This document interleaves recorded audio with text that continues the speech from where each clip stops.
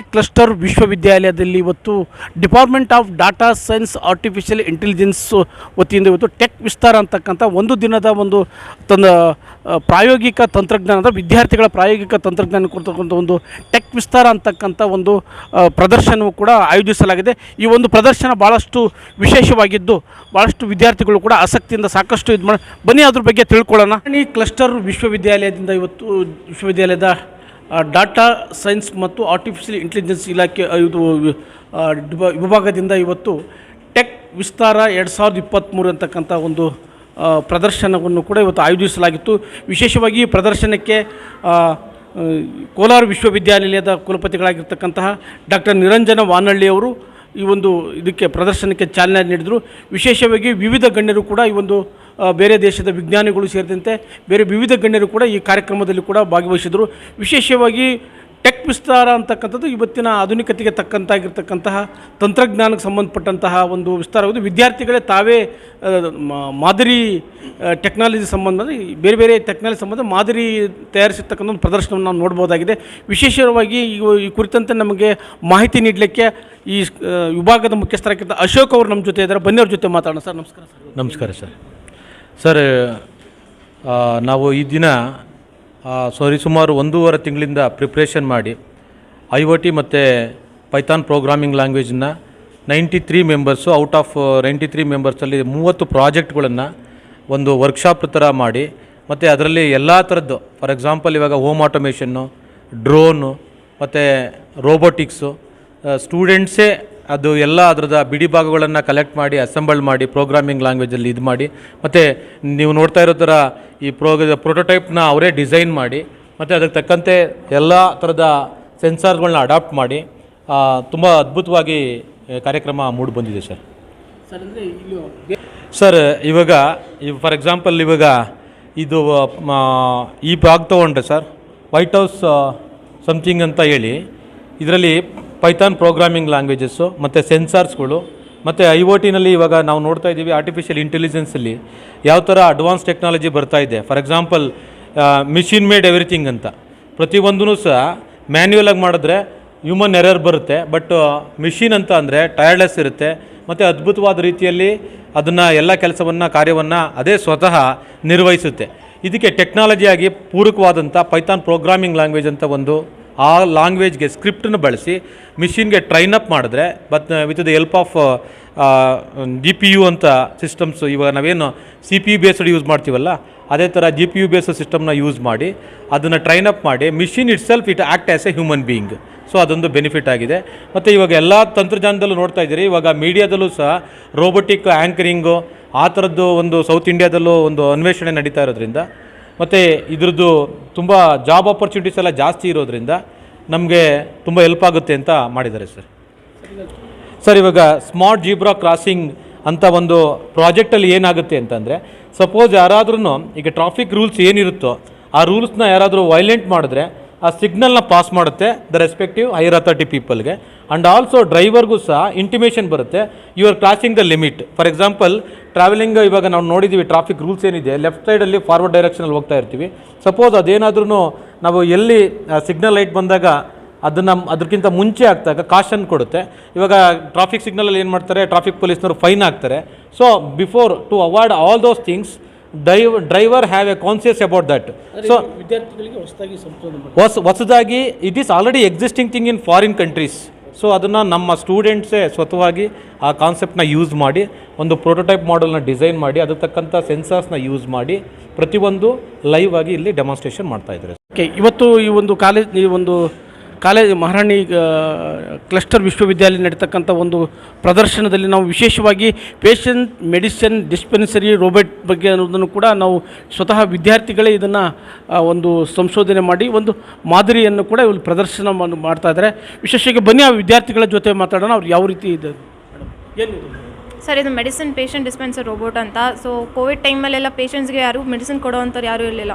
So ಅವ್ರನ್ನೆಲ್ಲ lockdown ಮಾಡಿದ್ದಾಗ ಅವರೊಬ್ಬರೇ ತೊಗೊಬೇಕಾಯ್ತು. So immunity ಕಮ್ಮಿ ಆದಾಗ ಅವ್ರಿಗೇನು ಬೆಡ್ಡಿಂದ ಎದ್ದೇಳೋಕ್ಕೂ ಆಗ್ತಿರಲಿಲ್ಲ. ಅಂಥ ಟೈಮಲ್ಲಿ ಇಂಥ ರೋಬೋಟ್ಸ್ ಮಾಡಿದ್ರೆ ಅದೇ ರೋಬೋಟ್ ಗಾರ್ಡಿಯನ್ ಒಬ್ಬರು ಹೊರಗಡೆ ಕೂತು ಇಲ್ಲ ಹೊರಗಡೆ ದೇಶದಲ್ಲಾದರೂ ಕೂತು ಅದನ್ನು ಆಪ್ರೇಟ್ ಮಾಡ್ಬೋದು. ಅದನ್ನು ನೋಡಿರೋದ್ರಿಂದ ಇದನ್ನೊಂದು ಹೊಸ ತಂದಿದ್ದೀವಿ. ಬೇರೆ ದೇಶದಲ್ಲಿ ಅನ್ನೋದು ಯಾವುದೂ ಇಲ್ಲ ಸರ್. ಅಂದರೆ ಎಲೆಕ್ಸಾ ಅನ್ನೋದೆಲ್ಲ ಮಾಡ್ಕೊಂಡಿದ್ದಾರೆ, ಅಂದರೆ ಮನೇಲಿ ಕೂತು ಮಾತಾಡೋ ಅಂಥದ್ದು, ಬರೀ ವೀಡಿಯೋ ಕಾಲಿಂಗ್ ಆಪ್ಷನ್ಸ್ ಅನ್ನೋದು ಯಾವುದೂ ಮಾಡಿರಲಿಲ್ಲ. ಸೊ ಇದನ್ನು ಇವಾಗ ಮಾಡಿದ್ದೀವಿ ನಾವು ಇಂಪ್ಲಿಮೆಂಟೇಷನ್ಸ್. ಅಂದರೆ ನಾವು ಒಂದು 4 ಮೆಂಬರ್ಸ್ ಟೀಮ್ ಮಾಡಿಕೊಂಡು ಗ್ರೂಪಲ್ಲಿ ಮಾಡಿದ್ದೀವಿ ಇದನ್ನು.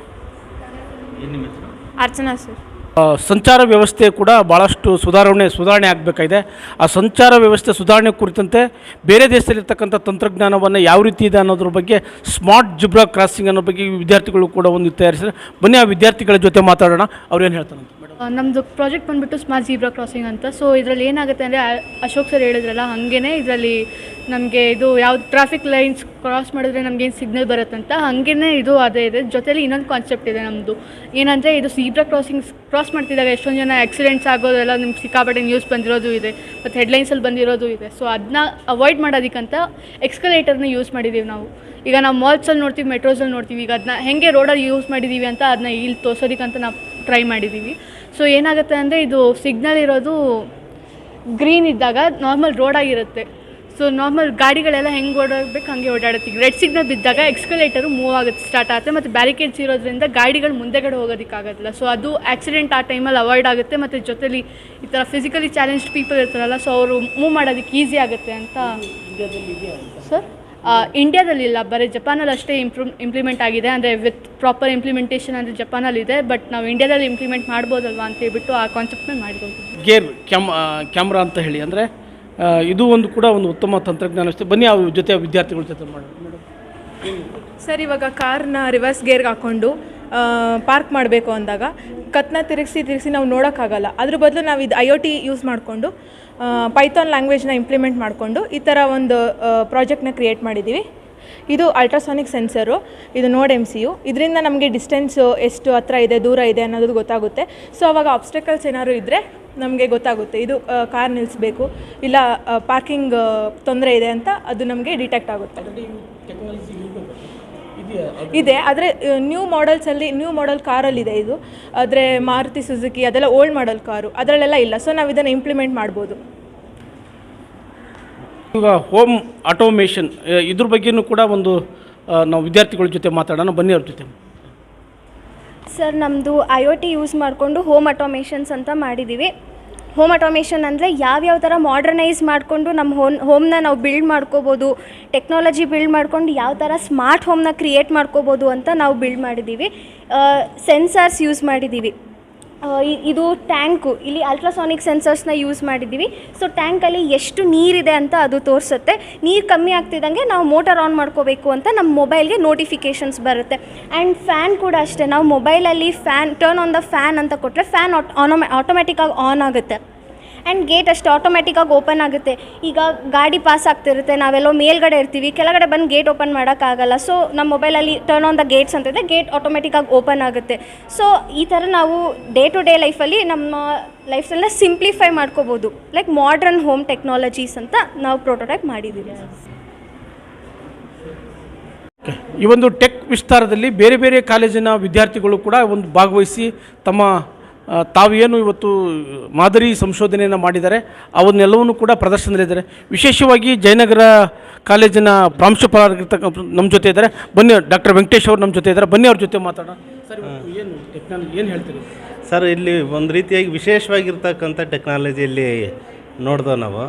ಹಾಗಾಗಿ ಎಲ್ಲ ಒಂದು ಕಡೆ ಜೊತೆಗೆ ಎಲ್ಲದಕ್ಕಿಂತ ಹೆಚ್ಚಾಗಿ ಈ ಮಕ್ಕಳಲ್ಲಿ ಕಂಡುಬರ್ತಕ್ಕಂಥ ಒಂದು ಉತ್ಸಾಹ ಅಂತಕ್ಕಂಥದ್ದು ಎಲ್ಲೋ ಒಂದು ಕಡೆ ಹೆಚ್ಚಿನ ಸಂಶೋಧನೆಗೆ ಒಂದು ರೀತಿಯಾಗಿ ಮುನ್ಸೂಚನೆಗೆ ಒಂದು ಕಾಯಕ ಅಂದ್ರೆ ತಪ್ಪಾಗಲಾರ್ದು. ಹಾಗಾಗಿ ಒಂದು ರೀತಿಯಾಗಿ ಜೊತೆಗೆ ಈ ಒಂದು ಕಾರ್ಯಕ್ರಮದ ರೂವಾರಿಗಳಾಗಿರ್ತಕ್ಕಂಥ ಅಶೋಕ್ ಸರ್ ಅವರ ನೇತೃತ್ವದಲ್ಲಿ ನಡೆದಿರ್ತಕ್ಕಂಥ ಒಂದು ಸಂದರ್ಭತೆ ಎಲ್ಲೋ ಒಂದು ಕಡೆ ದಿನೇ ಈ ಮಕ್ಕಳ ಒಂದು ನೈಪುಣ್ಯತೆಗೆ ಹೆಚ್ಚಿನ ಗಮನ ಕೊಡ್ತಾ ಇದ್ದಾರೆ ಅಂತಕ್ಕಂಥದ್ದು ಅನ್ನಿಸ್ತದೆ ಸರ್. ಇವತ್ತು ಆಧುನಿಕತೆಗೆ ತಕ್ಕಂತೆ ನಮ್ಮ ತಂತ್ರಜ್ಞಾನ ಕೂಡ ಬೆಳೀತಾ ಇದೆ. ಸೊ ಹಾಗಾಗಿ ಇವತ್ತು ಹೊಸ ಆವಿಷ್ಕಾರಗಳು ಬೇರೆ ಬೇರೆ ದೇಶಗಳಲ್ಲಿ ಕೂಡ ನಡೀತಾ ಇದೆ. ಅಂತಹ ಒಂದು ತಂತ್ರಜ್ಞಾನವನ್ನು ನಮ್ಮ ದೇಶದಲ್ಲಿ ಕೂಡ ಅಳವಡಿಸಿಕೊಳ್ಬೇಕು ಅನ್ನೋದು ಕೂಡ ನಮ್ಮೆಲ್ಲರೂ ಕೂಡ ಬಯಕೆ ಆಗಿದೆ. ಆ ನಿಟ್ಟಿನಲ್ಲಿ ವಿದ್ಯಾರ್ಥಿಗಳು ಕೂಡ ಇವತ್ತು ಹೊಸ ಸಂಶೋಧನೆಯನ್ನು ಕೂಡ ಇವತ್ತು ಮಾದರಿ ಸಂಶೋಧನೆಯನ್ನು ಕೂಡ ತಮ್ಮ ತೋರಿಸಿದ್ದಾರೆ. ಈ ಕುರಿತಂತೆ ಇವತ್ತು ಈ ಒಂದು ಪ್ರದರ್ಶನದ ಆಯೋಜಕರಾಗಿರ್ತಕ್ಕಂಥ ಅಶೋಕ್ ಅವರು ಸಾಕಷ್ಟು ಮಾಹಿತಿಯನ್ನು ಕೂಡ ಇದುವರೆಗೆ ನಮ್ಗೆ ನೀಡಿದ್ದಾರೆ.